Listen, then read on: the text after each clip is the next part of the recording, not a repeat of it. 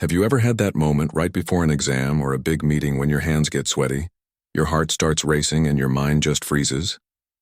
Yep, that's stress.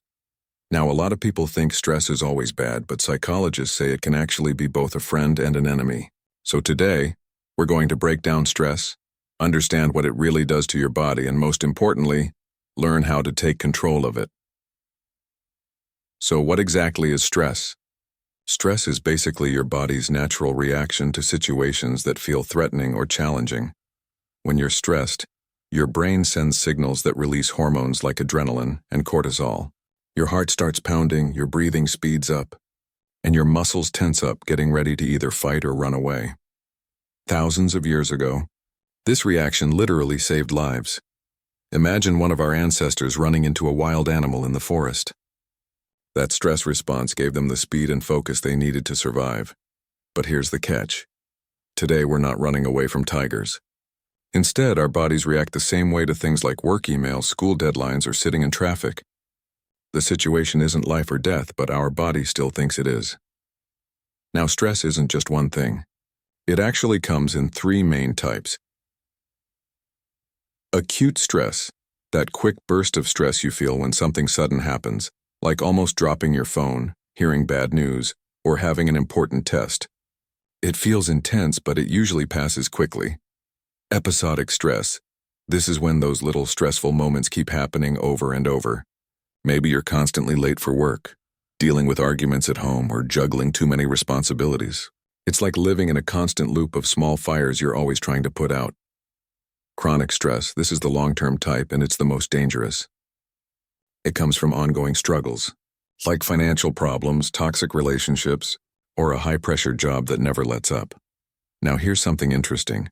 That first type, acute stress, can actually be useful. Think about it. The rush of adrenaline before a presentation can sharpen your focus and give you energy. But the second and third types, episodic and chronic stress, slowly wear you down, and that's where the real danger lies. So what happens if stress sticks around too long? It starts affecting both your mind and your body. Here are some of the most common effects: trouble sleeping or even full-on insomnia, constant fatigue. No matter how much rest you get, stomach and digestive issues, like cramps or heartburn, a weaker immune system, which means you get sick more easily, difficulty focusing, forgetfulness, or brain fog, and if it continues for too long, it can lead to anxiety, depression, and burnout. And here's something most people don't realize. Stress doesn't just hurt you mentally. It actually increases the risk of heart disease, high blood pressure, and even diabetes. So managing stress isn't just about feeling calmer. It's literally about protecting your health and your future. Now the good news. Stress can be managed. You can't completely eliminate stress from life because life will always have challenges, but you can control how you respond to it. So let's get into some proven strategies that really work. First, let's talk about breathing and mindfulness. It might sound too simple, but taking slow, deep breaths can signal to your body that you're safe. Just try it. Inhale for 4 seconds, hold for 4, exhale for 4. Even 2 minutes of this can slow your heart rate and calm your nervous system. If you want to take it further, meditation and mindfulness practices train your brain to handle stressful thoughts without getting overwhelmed. Next up, exercise. You don't need to hit the gym for 2 hours. Even a 15-minute walk outside can reduce stress hormones and release endorphins, the body's natural mood boosters. And the best part?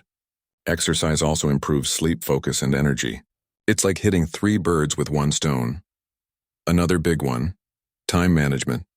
Have you ever noticed that half the stress comes from not knowing where to start?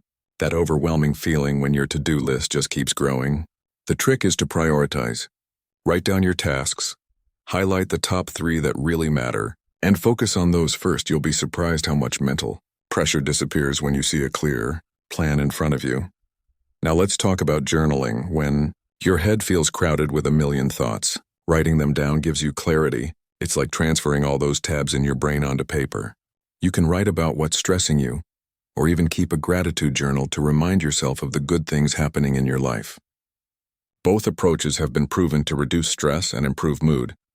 Another powerful tool is connection.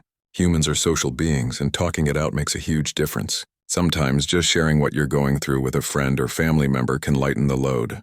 You don't even need solutions. Just being heard helps your brain relax. And here's a bonus tip people often forget. Take breaks and unplug. We live in a world where our phones, emails, and notifications never stop, but your brain wasn't built to process constant information. Even short breaks, 5 minutes away from screens, a stretch, a glass of water, can reset your mind and lower stress. Now let's put this all together. Stress is natural. You can't run away from it. But you can choose how to handle it. If you learn to manage it, stress can actually motivate you to grow and improve. But if you ignore it and let it pile up, it damages your health, your relationships, and your happiness. So here's my challenge for you. Pick one of these strategies: breathing, moving your body, journaling, or simply taking breaks. And try it today. Not tomorrow, not next week.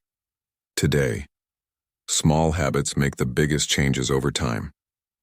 All right, now it's your turn. When you're stressed, what's something you do that really helps you calm down? Drop your answer in the comments, because your idea might be exactly what someone else needs to hear. Thanks so much for sticking with me to the end. Remember, stress doesn't control you, you control stress. You've got this.